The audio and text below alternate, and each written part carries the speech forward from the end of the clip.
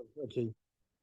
And we have our first speaker, Katerina Nesterenko, and topic typology of experimental simulation models in population ecology, analyzing individual and group selection within the framework of Simpson paradox. Please.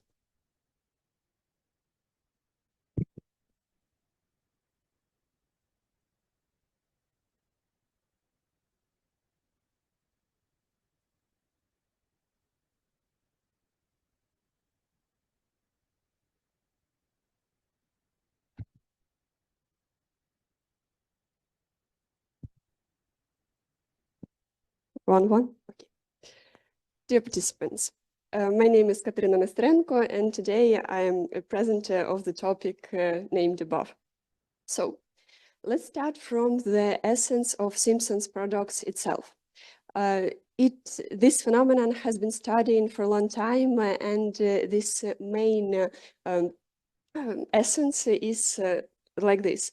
When two or more groups of data, each displaying a certain dependency or trend, are combined, this dependency or trend may disappear or even transform into the opposite. In population ecology, Simpson's paradox can serve as an argument in favor of multi-level selection on using the example of evolution of altruism. So let's imagine a model population consisting of egoists, individuals who win in the competition inside the group, and altruists, individuals that lose in the intra-group competition but provide their group with better chances in the competition between groups.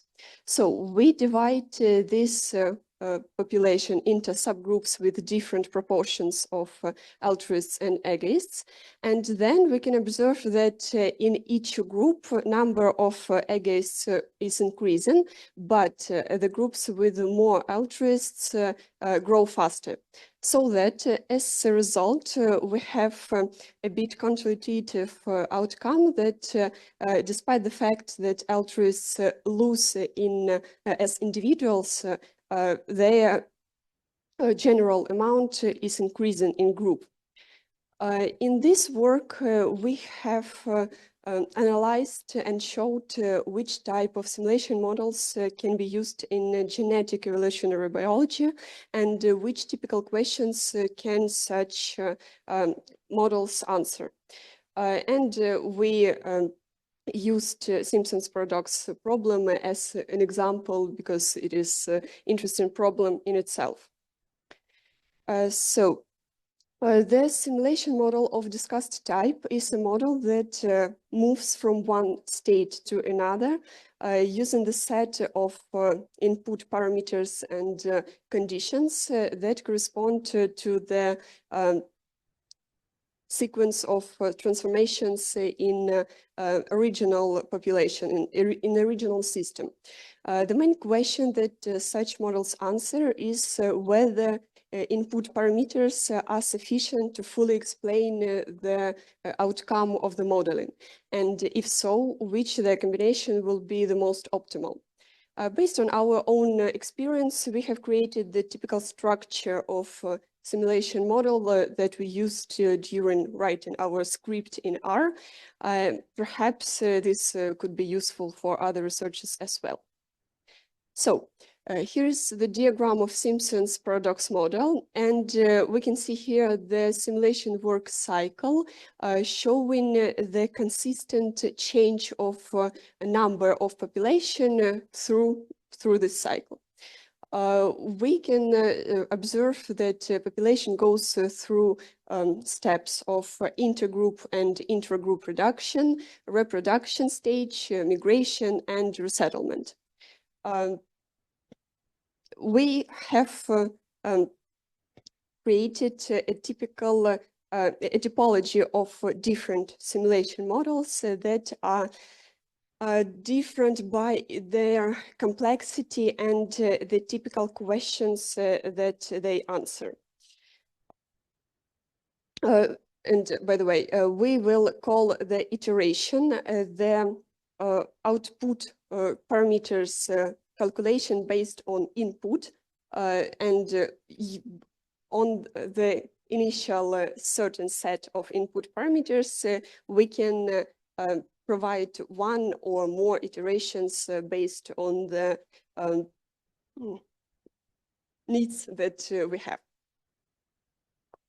One of the most important step of Simpson's paradox model is competitive reduction algorithm. We have groups 1, 2, and 3 with the initial amounts and competitiveness level and quoted numbers calculated based on this competitiveness. Then reduction algorithm face 3 different situations. The first one is when actual initial number is less than the capacity of the environment. In this case, there is no problem, no reduction occurs. The second variant is when even quoted numbers are more than capacity of the environment, and then the subgroups will reduce evenly as much as necessary to meet the limit. And the third variant is maybe the most challenging when the actual number needs reducing, but not as much as the quoted number. In this case, the reduction will perform according to these formulas. Just a reminder that the full text of our model, the full script, you can find at the link in our article, and this reduction algorithm is also used there. So this slide shows the overall logic of the simulation model. We input the initial population size alongside with other initial parameters and formulas used to recalculate the number of individuals in population through the cycles. Then we summarize all the outputs, all of these numbers, and visualize result in a way that is appropriate. And again, the main question that such model will answer is whether the input parameters are sufficient to ensure the occurrence of a certain consequence. Here we see the first type of simulation models, the simplest and most basic. We can see here again these input parameters with some kind of randomness. It is also like one of the parameters on the input. We then observe how model goes through different cycles, summarize these dynamics, and build a graph. On our certain example of Simpson's paradox, we can see how the proportion of altruists in model population changes with our certain input parameters. After some fluctuations, we can see that somewhere around 33rd cycle, for example, the altruists finally prevail in the group. But again, due to this randomness component, this result is only one of a lot of different possible. So we need to switch to the next type. A second type of simulation models is actually the repeating of the first type several times, or how many you need. So we here see the first iteration, the second, third, fourth, and so on, but all of them are based on the same initial set of parameters. But the result of execution of this simulation model type is not the one result, but already the probability distribution of outcomes under certain parameters and conditions.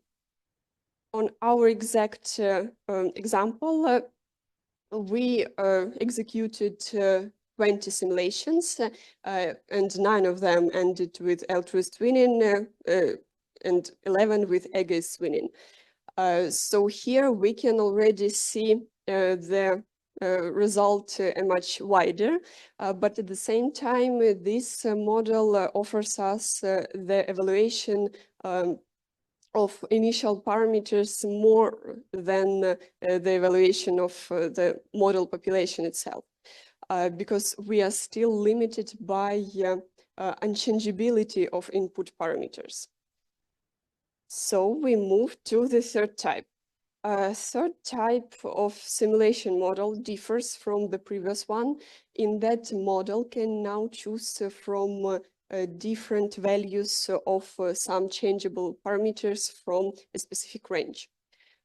Here we have chosen K and R as input parameters, and the task of the model in this case to explore all of the possible combination of these changeable values of these changeable parameters alongside with other parameters staying constant. As a result, we have a three-dimensional graph that shows us the dependency of integrated result on the values of these changeable parameters. On our exact example, we've chosen intergroup altruist competitiveness and intragroup egoist competitiveness as changeable parameters, with others staying constant. Each of these two could take 39 different values, and after a lot of iterations, a model has built such graph. And we can already analyze here the dependency of result based on input parameters. In our case, we can see that intragroup egoist competitiveness, competitiveness inside the group affects the result much more than competitiveness between groups. Why is it happening is the theme of another discussion. While these type of models allow us to get closer to answer the main question of modeling, it is still bounded by the fact that we use only two changeable parameters, and other were stable, and we have also chosen them by our own desire. So here I will switch to the part that is not fully described in our article, but the work is going on, and we think that this part also can be of interest. So the fourth type of simulation model is the most challenging to understand and visualize. The main idea of it is to explore all the possible combinations of all values of all parameters within specific range. We still have to figure out how to visualize and how to choose optimal values programmatically, but here is an example of a seven-dimensional graph that we'll have in our case, and this example shows how can we understand such graphs. So this integrated result, in our case, the probability of altruists winning, that is dependent on 6 different parameters. 2 of them are shown on axis, the third one by depth of the color, the fourth by color itself, fifth shape, and sixth by size of the point. And the next and final step of the modeling is choosing the best combination of the values of these changeable parameters that better explains the expected result. The work, as I said, is still going on, but for now it seems like a regression model is the best option in this case. It is important to emphasize once again that this last step is possible only when all the combinations are calculated, and this only the fourth type simulation model offers. And last but not the least, we should always remember that all models are wrong, but some are useful. And in our work, we showed in which way some of the models can be used. Thank you for your attention.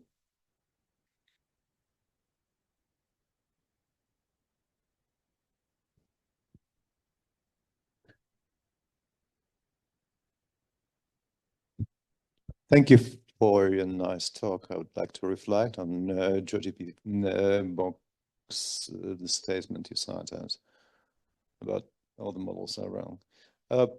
Simpson paradox and the laws which are framed by the Simpson paradox are the model, isn't it? The model is how we understand it. No. It says that there is a trend and there is a trend, and this is the law. So it is a model, a simplification of the world around us, Yeah, isn't okay, it? agree. Your simulation model is the model, isn't it? Yes. The stuff which you use in your simulation model are also partial models. So what you do in your research, you just experimentally verify if the second model, I mean the simulation model, conforms to the first model, to the simple Simpson paradox. Now the question comes, how does it relate to the reality? Yeah, I see. Actually, this time paradox model, Simpson's paradox was chosen because it was useful to show the modeling on this example. But actually, simulation models of this type can be used much more wider. For example, in biological questions of origin of sexual recombination. We have the fact, we have the fact how the species are reproduct, but we don't know why and when and how did such recombination occurred in the past. And because we don't have the opportunity to look to the past and we don't have possibility to ensure the same obstacles that were then, we use this model to find the input parameters based on the result that we observe in the reality. So in this case, I agree, maybe, but simulation models allow us to show some of the phenomena that we cannot discover in other ways. Well, thank you. A very smart answer. What you did, in fact, you replied to my question, which is taking the first part of the phrase by citing the second part of the phrase, didn't you? So what I mean is that the things that are useful are not necessarily leading us to the understanding of the reality, even retrospectively, isn't it? Yes, sure. It also So needs the to. question remains, how does it relate to real life? It's just one of the argument, because Okay. all of the experiments also cannot give us the result in a full. It was just one experiment under some conditions. So this is, same here. the trap of all the modelers. I'm a modeler as well. So evaluating a model for being useful is not always show the utility. Sure. I will try to continue the previous question. I was sitting here and trying to answer the question, what was the main goal of your work? And what is the reason? Firstly, we wanted to state the topology that we've created because it will be useful again to citate this work in the future.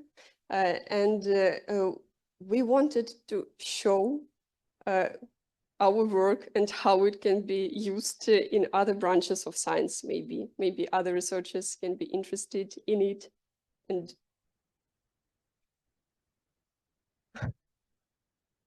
yes, I understand, but it is really difficult to explain all of these things one time again and again in new works. During your presentation, you mentioned that you provide some algorithm. Is Yes. it true? Yes. And what was the algorithm? What complexity does it have? It was on that slide. I was talking exactly about this reduction algorithm. It's a paint of algorithm, but I want to formalize it in some case. The algorithm allows us to show the reduction of the group, of the size of the group, in terms of the capacity of the environment we have. Okay. And another question, does you think about using genetic algorithms for this modeling? I'm not sure that I understood you. We have a huge class of genetic algorithms. Mhm. And during mutation, I think that you can provide the same model with with maybe another results, but also very useful. Maybe that's why models are fantastic. we can try different variants. We are talking about what was the result of your model. The result? Ground truth. Okay, so result or grounds? I have a bit... My question, results. Results. Okay, so I'm not able to show you the results of the fourth type because it is really hard to understand how to visualize it. But on the third type, for example, we can see that some parameters affect the result more than other parameters. And this information can be useful to other research, for example, in population ecology or in other cases. Okay, as for me, to see an algorithm, it's something not very useful. Algorithm has some results. This result can be measured in some case. And in this case, you can say, okay, this algorithm provide us such results, and results is now you say that we have some model with some interesting results, and these interesting results can be used in some case if we look on it. Okay, we can reformulate it like this. In Simpson's paradox model, we observed that intragroup competitiveness is more evaluated than intragroup competitiveness. Okay, thank you. Maybe someone else? No? We have colleagues online. Maybe someone from online want to ask something. It will be very useful for our auditorium just to see that it's someone lives there.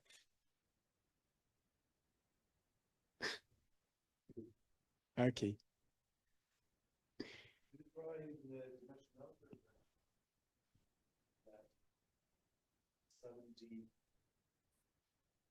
Did you try dimensionality reduction as a way to get better visualizable things in your 7D setting? Not yet, but we are on the way to it. Because these graphs are built in ArcGIS. This is just a straightforward way when you speak about stochastic models like regression models, I understand. Yes, we will continue with this. Thank you for... Thank you very much for your questions and for your presentation. Thank you.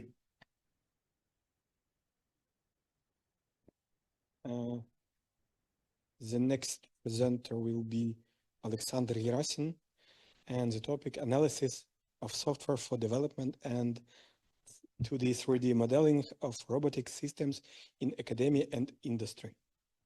Please.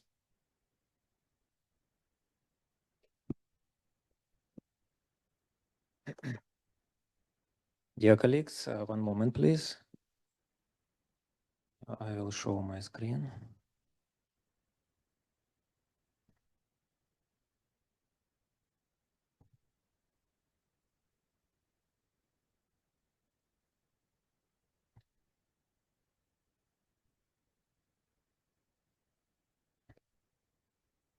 Okay. Dear colleagues, the topic of our work deals with some program means for modeling and simulation of robotic systems for academia and industry. This work was prepared with our team from Mykolaiv, Admiral Makarov National University of Shipbuilding, and Oil and Gas University. So the main structure of our work is consists of a few points. So we start with introduction, then we consider generalized robotic control systems and requirements for the software. And two big parts consist of software for development of robotic systems and software for 2D and 3D modeling of robotic systems. And of course, we will consider the latest program means with some steps in the future and our today's the most fresh program means. So the main problem which robotics solve is the replacement of human work, human in dangerous and in some complicated tasks, in repeated some works in, for example, in shipbuilding, in industry, in agriculture.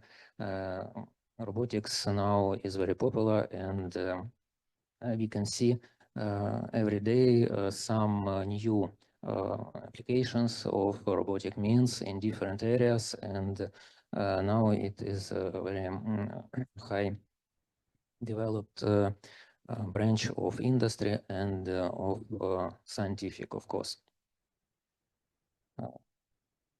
Using the statistics, or if we are talking about statistics, so in some countries, developed countries of our world, approximately 50% of manufacturing are made using robotics. So it is maybe mobile robotics and stationary robotics, manipulators, different, and so on, drones for delivery tasks, and so on. If we consider the main steps of the development of robotics, we can see some similarities with development of programs of software.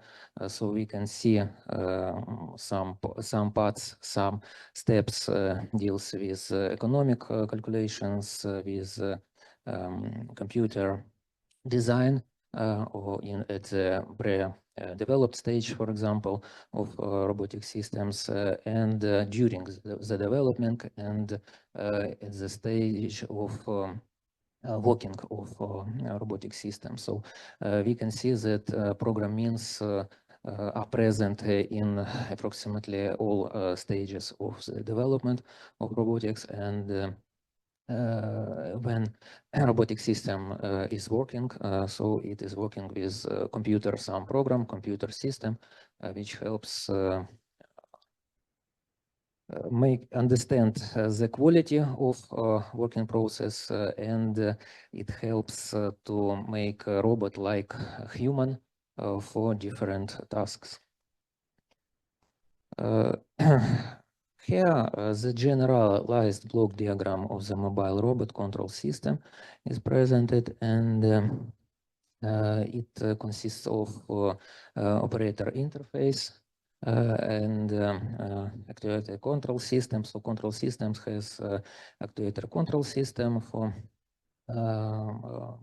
and the information measuring system, which process the data from the sensors, and behavior control system, and motion control system, which helps the movement in corresponding point of the our space, placing of the robot, and control of actuators, for example, manipulators and other equipment which the robot has on it. What about classification? Some classification of robot programming environments. We can see two main categories, so visual and text. Of course, we can say about some combined systems that are working with visual and text environment. So text usually supporting some number of robots and examples are presented here, and visual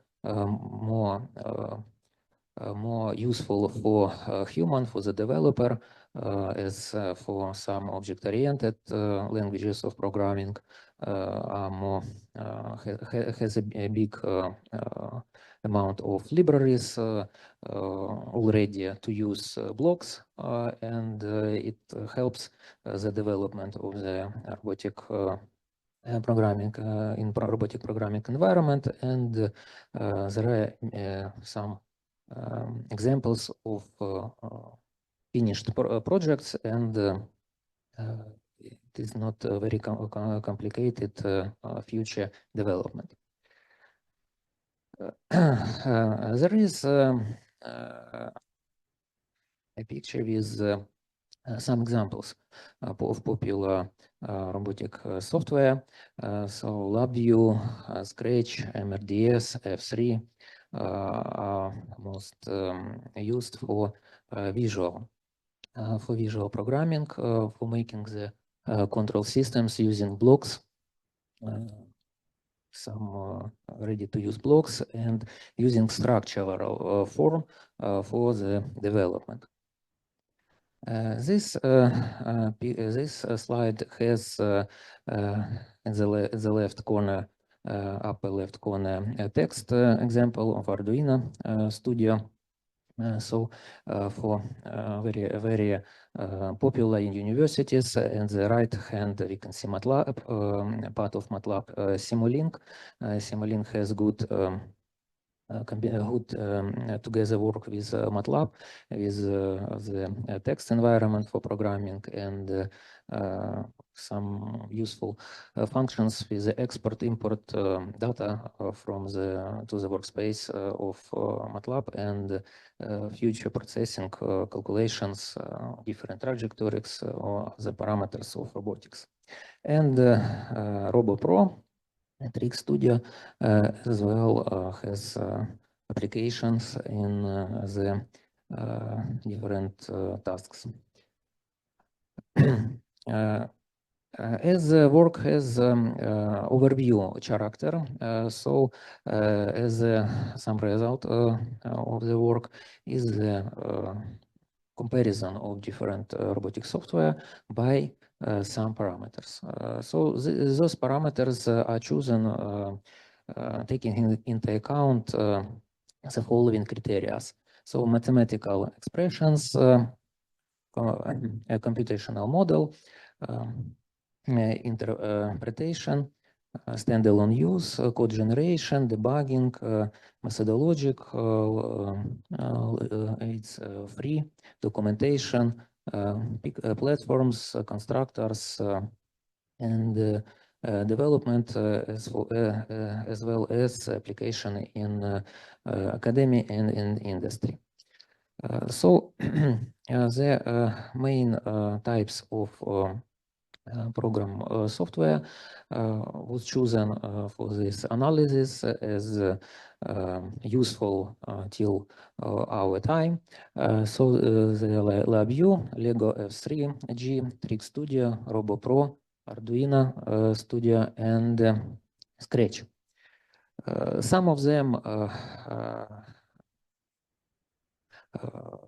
are used in industry and academia, and some of them are very used in some scholar application. Today we have heard some report deals with scholar studies. So at the early steps of children's, for example, Scratch is very important to understanding some principles of working robotic equipment and the constructing of programs for robotics. Of course, a list of tasks deals with development of robotic systems. So when we model or simulate the work of some systems, so we should choose the most useful for the development and for parameters which we can see and we can model in different software. So there are gazebo examples of gazebo interface, MRDS interface, player stage, and Simbat. The continuation of the previous examples, we can see we bought a program environment, Actin, OpenRave, and RoboDK. So as can we see that there are different, we can see some similarities and we can see some differences of for these programs. So to the comparison was we chosen player stage, Gazebo, Morze, Webbots, OpenRave, and RoboDK. So the main criteria for the comparison, they are operating system, type simulator, programming language, documentation, educational, ROS support. ROS means robotic operating system, and the possibility of access, so free or not, the environment and the interface, and of course application in academia and industry. And the main parameters, the main not old, but the most fresh software which is used for the modeling and development purposes. In robotics, it is Unity first example. Unity operates with special components such as now mesh agents of mesh links, now mesh obstacles, and now mesh general grid for the modeling of external environment for robotics, for different robotics. So we can build the map of the working environment and make the simulation, give input data and see the output data of the, for example, routing and moving the some robotic systems or systems on the road. One more, the similar to Unity, but it is hard to say what's the most popular or widely useful, Unity or Unreal Engine. So Unreal Engine is similar to Unity software. It is used in drivers, in gaming drivers. Epic Games, for example, uses Unreal Engine. So there are different versions of this software. It works with it works with like FBD diagrams, coding system, blueprints to make the control of robotic system and corresponding components for building the external environment of robot operation are present in this software. What about ROS? was here about ROS. So ROS is very popular robotic operating system which is used for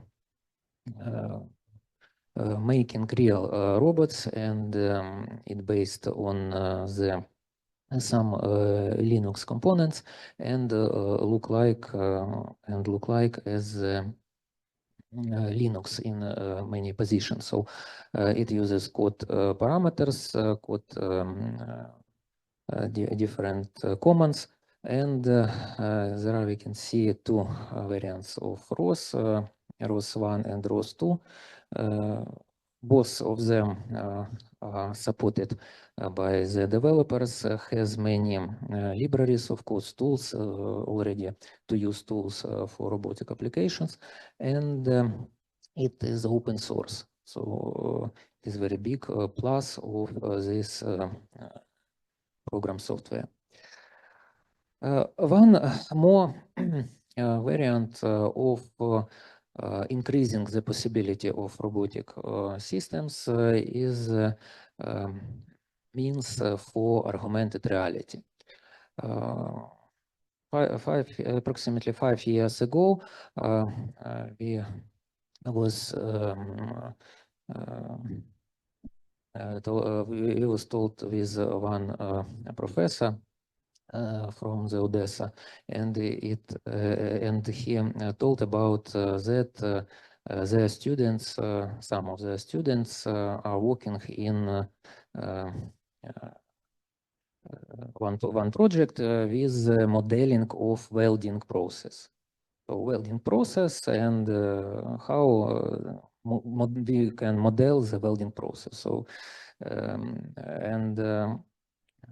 five years ago, it was so some is not unusual, is unusual some, yes, but today we can see that it is near us. So augmented reality helps to make some that it is not real object, but it helps to making understanding of working robotic systems, and helps to make the communication and collaborative work. For example, for collaborative robotics, it is very important programming. One more powerful program mean for different applications is NVIDIA developer. You know, NVIDIA company produces video cards for our PC, and such a very powerful tool for different applications. So we can see the examples or branches of NVIDIA developer that are used in industry, in academia, for different research and development tasks. So it is very interesting, and it seems perspective. This slide has conclusions of the word. So in a few words, we considered main useful program tools for modeling and for development of robotic systems, and consider the future possibilities, future variants of combination of given program tools for the increasing the efficiency of the modeling and development in robotics. So thank you very much for your attention. Please Thank you very much. Questions. Who will be the first?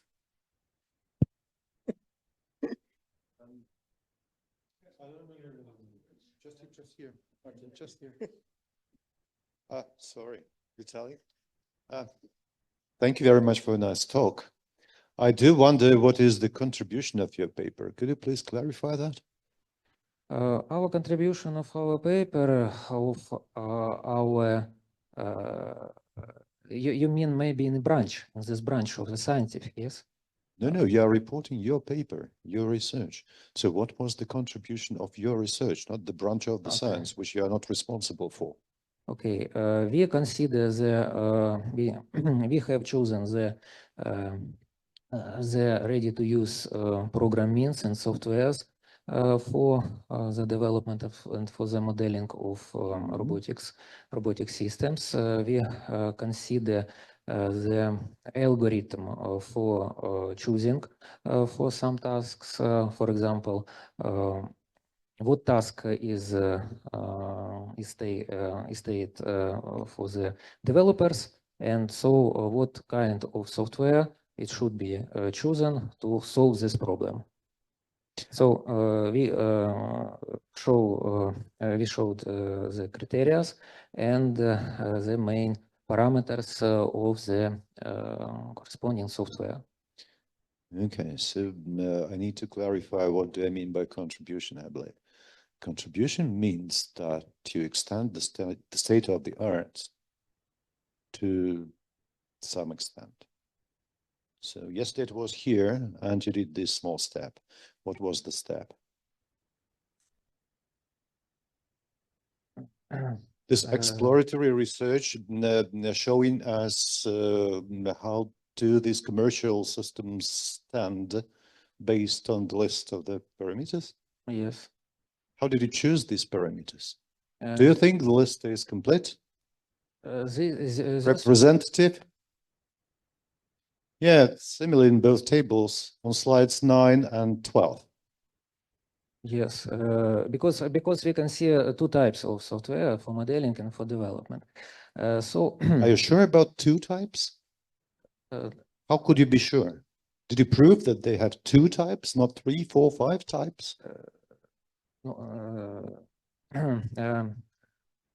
Because we have we choose such specification, such classification of and four types of tasks which need to be solved when we are working with robotic systems. So we should to choose corresponding program, corresponding program means for the modeling or for development. Or maybe now I agree with you that some programs can use two these functions in one program tool. Now, some programs can use even more functions in one block. So could you please return back to slide number 4? Yes. Slide number 4. Could you please tell us what do you mean by image recognition? Image recognition is a function of robotic systems which helps robotic system to understand external environment, for example, obstacles when Do you mean object recognition? Oh, yes. Image recognition has obstacles, has some parameters, external information of the environment. Which means object recognition, not image recognition. Image has the information, some information. You don't need to recognize an image. You use it as a source for recognizing something in the image. Yes. And those are objects. Yes, an image. What do you mean by economic evaluation here?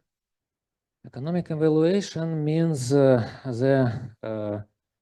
will be our project over budget or in a budget of the development. How does it relate to a scope, I mean, in this research? No, it is not the topic of our work, economic evaluation and economic... Why does it appear here on this diagram? Because it is a part of project, a part of development, some robotic system, of creation robotic system. So the core part is green in the middle. So this part is what relates to a project, isn't it? Yes. Yep. I'm just asking because I didn't explain it. Okay, thank you very much. Thank you. Thank you for your questions. Next one. We have a discussion. Thank you for your presentation. I have two questions to you.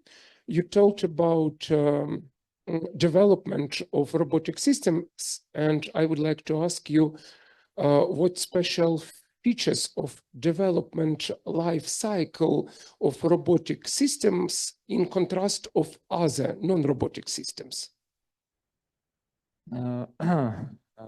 Contrast in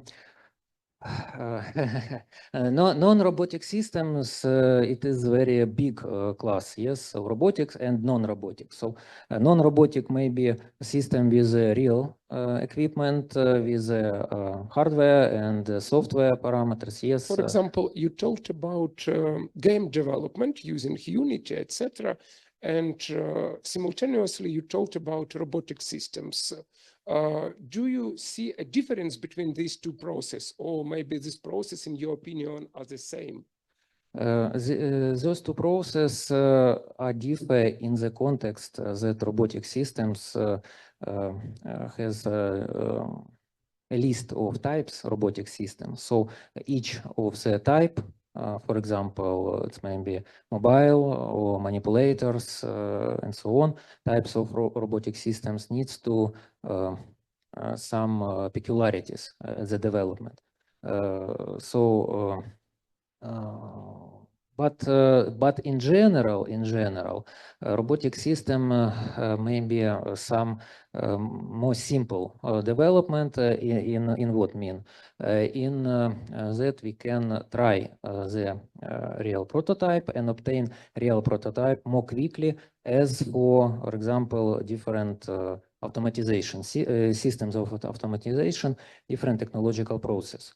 So the cost of equipment differs, and for example, for some investigations, we can try on non-expensive equipment the system and then go to the industrial variant. So for some systems in the industry, usually the buyer of the system usually want to obtain real system, already to use system without any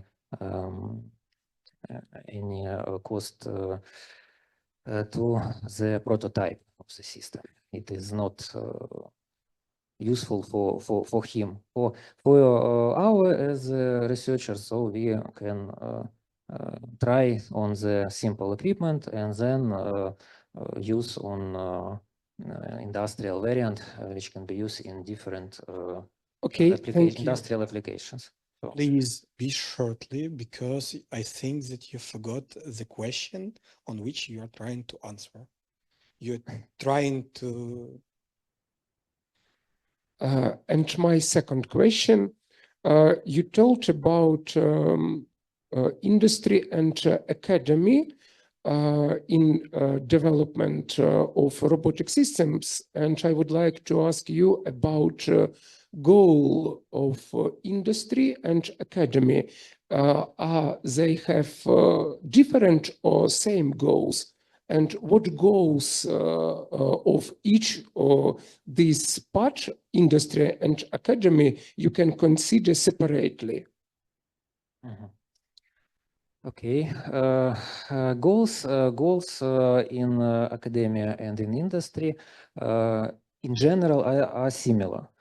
So because problems which need to be solved goes from industry for real problems which need to be solved, and so we firstly we solve most applicable problems. And plus additional goals in academia, and it deals with our some possibilities. We see, for example, possibilities to solve which problems may be in future, for example, in according with the such level of the development of programming as well as hardware.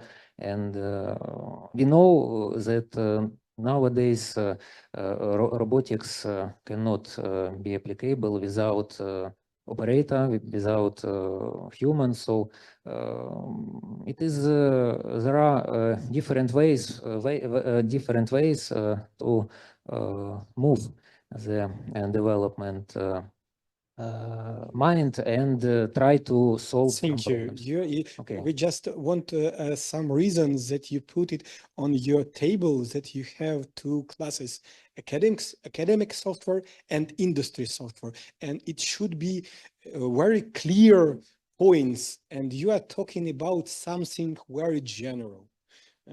In this case, I mean maybe that industry has a commercial purpose and, for example, academy some scientific purpose, and they combine this purpose in achieving some. I don't know how it can be in software. It's interesting to. Okay, but I Thank you. Discussion is going. Yeah, thank you, first of all. I have a couple of questions. The first one, can you please go to slide 6 for me? So, so this one, a bunch of technologies mentioned here, a bunch of frameworks, approaches, pretty much software. What is your opinion? Out of all these things listed here, how popular in terms of widespread use are they with respect to what people use nowadays in like robotics labs? What do you think, or according to your research, how widespread are these? What the papers? How popular are they? What is the practical usage? What's the percentage of people from top labs from all over the world that use these particular technologies? You mean how in percentage? What? Yeah, I mean, do you know if they're up to date or if they're obsolete? That's what I'm asking. Just a short yes or no. We did not provide such investigation. Okay, yeah. So I cannot Thank you. answer. That's good. That's enough. There was also a comment you made before. You mentioned such programming language as Scratch, which is a very good, or used to be a good language for kids to learn programming. It's good for robotics as well. But don't you think like we are currently entering an era of large language models and assistive designs, and basically kids of like 8 to 10 years old being able nowadays to produce large quantities of high quality code with large language models? Don't you think it's better to directly teach like kids or students or someone else straight away with Python, not just Scratch? Can you comment on this? Yes, I can. I told a few words in this way.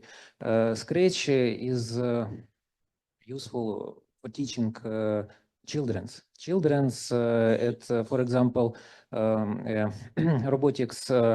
robotics team in Mykolaiv is working for 3 till 7 class age approximately 10 till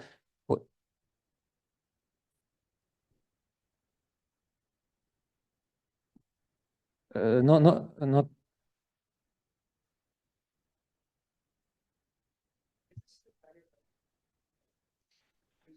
I think that it's a more philosophic question and not in the main area of this. Yes, it is important. I think it is important. Mm-hmm. You can discuss it on the party. Okay, we have only 1 minute, and I want to ask you one question. How can I use your results? You can use the obtained results in parameters for choosing the corresponding software. How can we use this And what results? is the best for me? it is important for you. Ah, sorry. Okay. It is okay. Okay. Thank you. Thank you very much. Uh-huh. Thank you for your presentation. We have half an hour for the Okay. last speaker. Okay, thank you. Okay. And our last speaker is Alexander Gura, automated accessibility testing as a part of continuous delivery process in modern IT projects.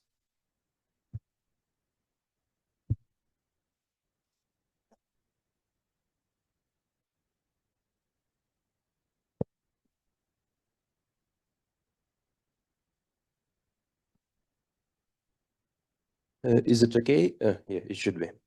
So, thanks for your attention. Today we'll be talking about accessibility and web development a little bit. Let's start from introducing myself. So, my name is Alexander. I'm a PhD and doctorate student of Zaporizhzhia National University. And in parallel, I spent like more than 9 years of my life in IT, in web development, in quality assurance and test automation. So, have some expertise. Let me start from some depressive and negative things. The fact is that more than 15% of our world's population experience some forms of disability. It may be some partial disabilities, it may be some hard forms, but all in all, like more than each 10th person have such of them. And the second depressive fact is that only 1 in 10 people with disabilities really have an access to the tools or to some things that might help him living his normal life. So basically, this problem itself is growing on. It's more and more actual from year by year. And many developed countries like USA, like countries from European Union, have already integrated the special laws and special ways of helping the people with disabilities and protect them with some lawsuits like American with Disabilities Act, like Web Accessibility Directive of European Union, and other formal documents. From Ukrainian perspective as well, we also have law of social protection for disabled. So basically, the accessibility gains and gains its popularity in this unfortunate phase. There were some lawsuits related to problems with accessibility and especially web accessibility. The most, I would say, fascinating and the most funny event was with Domino's Pizza, which has a lawsuit for more than $6 million for not being in accordance to accessibility standards of USA. And the problem of this lawsuit and the critical effect on Domino's Pizza Company was not in the fact of those $6 million lawsuits, but also in the necessity to fully replatform and fully redevelop all their IT infrastructure. So basically, this was the high case that showed that accessibility is being protected and is being controlled by the government of all the developed countries. From the perspective of IT business in general, the question of accessibility and the problem of accessibility is not only in avoiding some lawsuits and losing the money. From another perspective, the disability market, unfortunately, but grows. And for now, it is estimated like $13 trillion of income globally per each year. In plus, the business figured out and find out that the accessible websites and products reach like more customers, gain more value, more money, and more popularity. And in plus, for sure, the users which have any of accessibility needs or disabled people are most likely to buy the products or use the services or use the applications which basically conform to accessibility standards. So we are coming to the situation where the accessibility, especially in IT, especially in web development, is not the trend or not the something we are going to do in the future, but it's basically a critical and must-have thing in all the modern IT projects.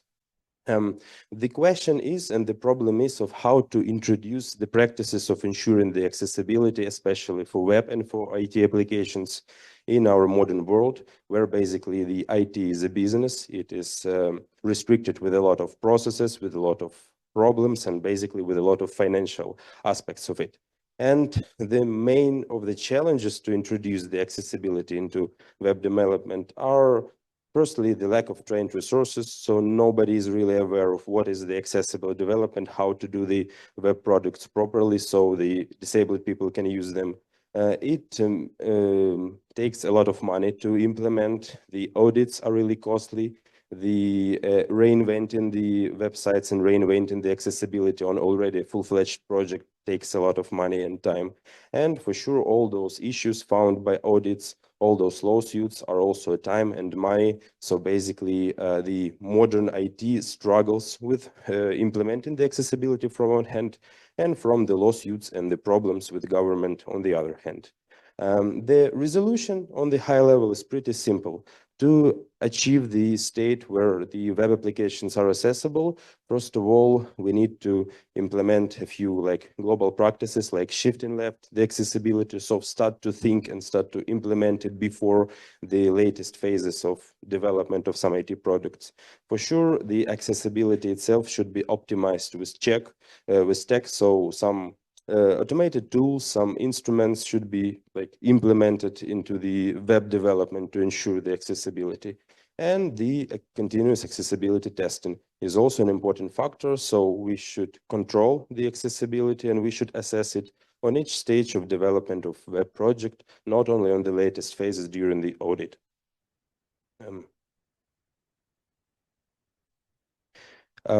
On the other hand, we know that IT industry is something growing, is something with a lot of inventions every day. New best practices are coming on, and we have a couple of web development trends that might be really helpful in the process of introducing basically a new area of knowledge and a new approaches into already present like hierarchy and practices. First of all, in modern IT, we see the growing trends of agile and iterative development. So basically, barely each company or each more or less mature web product works in the agile infrastructure. So it means that the processes are built in the way that the development is being performed on parallel phases by parallel people, iteration by iteration. Speaking of multi-level quality assurance and testing pyramid, again, the modern practices in web development are to introduce quality assurance into each phase and each stage of development. If someone writes a requirement for a website, we test this. If someone writes the code, we test the code. If someone releases the application, we test the application. So each phase, we have some proper quality processes.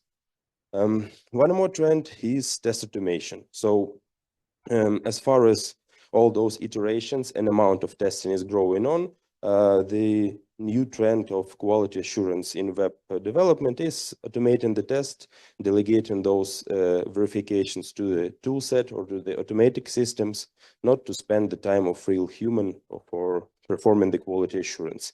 And finally, there is a trend of CI/CD or continuous integration and delivery.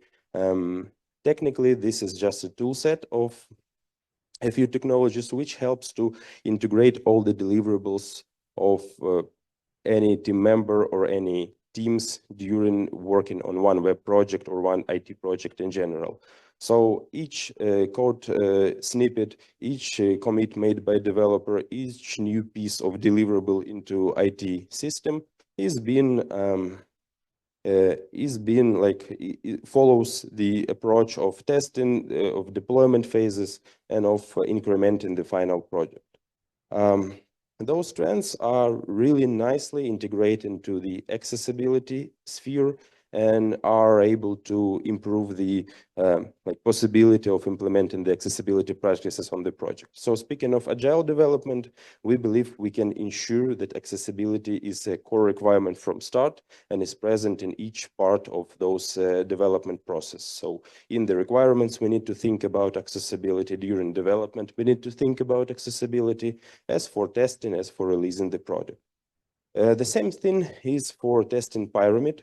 So there is a concept of testing the application on each stage and in each form. Like if it's requirement, we test it, as I said. If this is a piece of code, we test.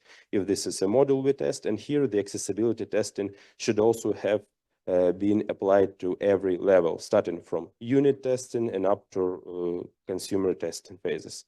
Test automation is also greatly incorporates with accessibility, because we believe there are a lot of new tools and practices which allows us to automate the testing and assurance of accessibility, and avoiding having a lot of auditors and a lot of experts on the project to achieve basically the same results.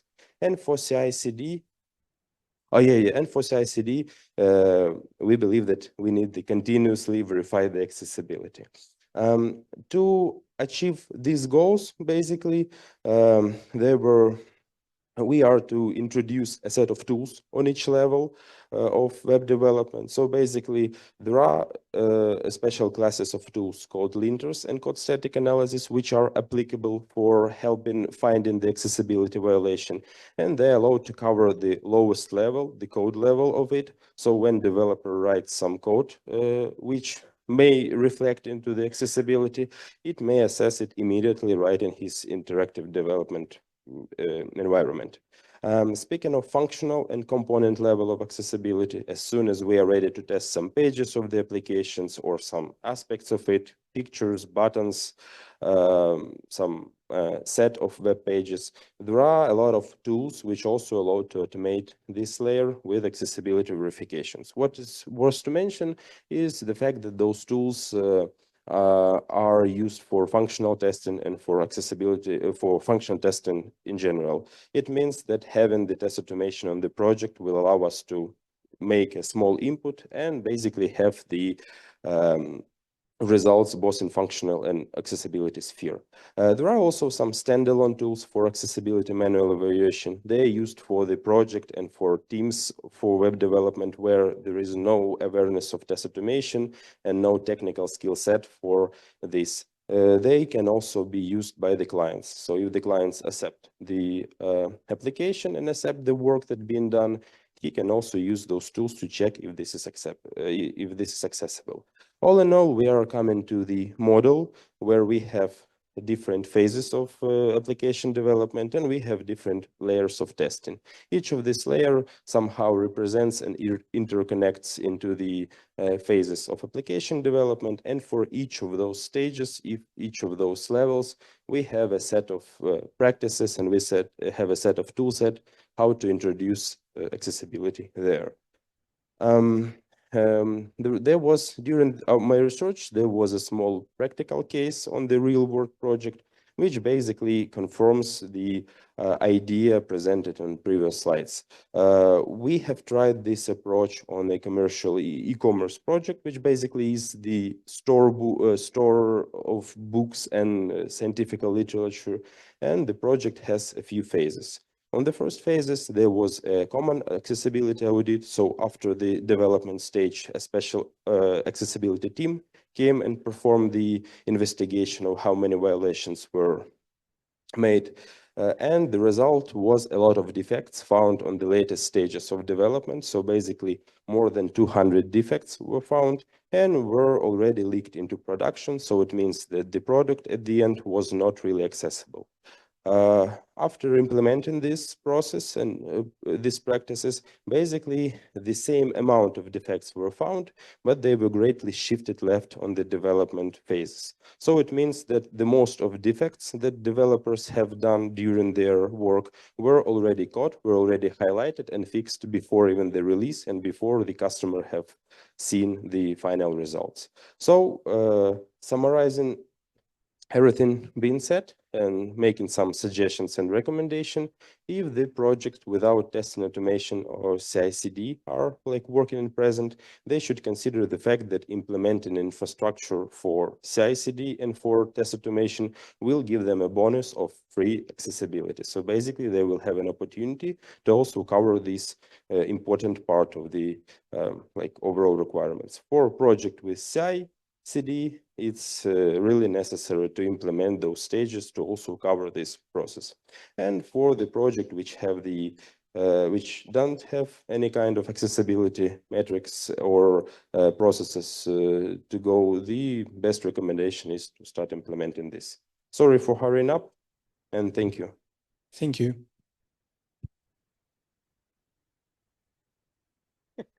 Okay, I will ask you.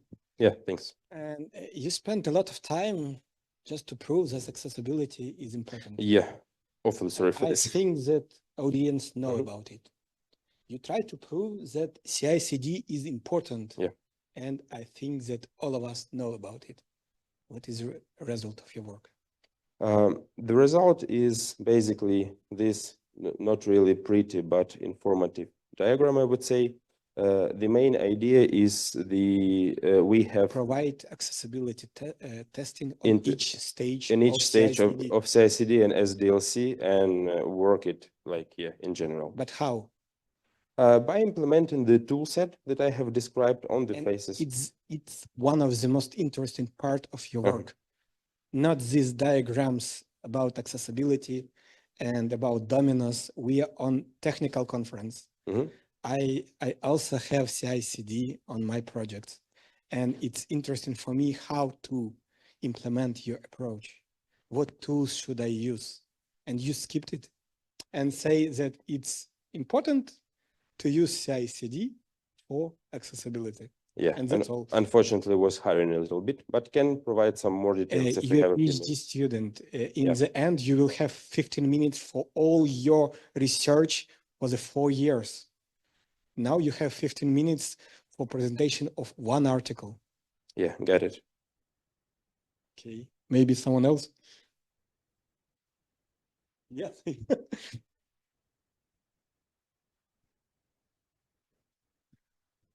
So it's very interesting presentation, and I would like to ask you from the point of view unit economy, because we know, for example, that lifetime value of each IT project can be more than, for example, marginal cost.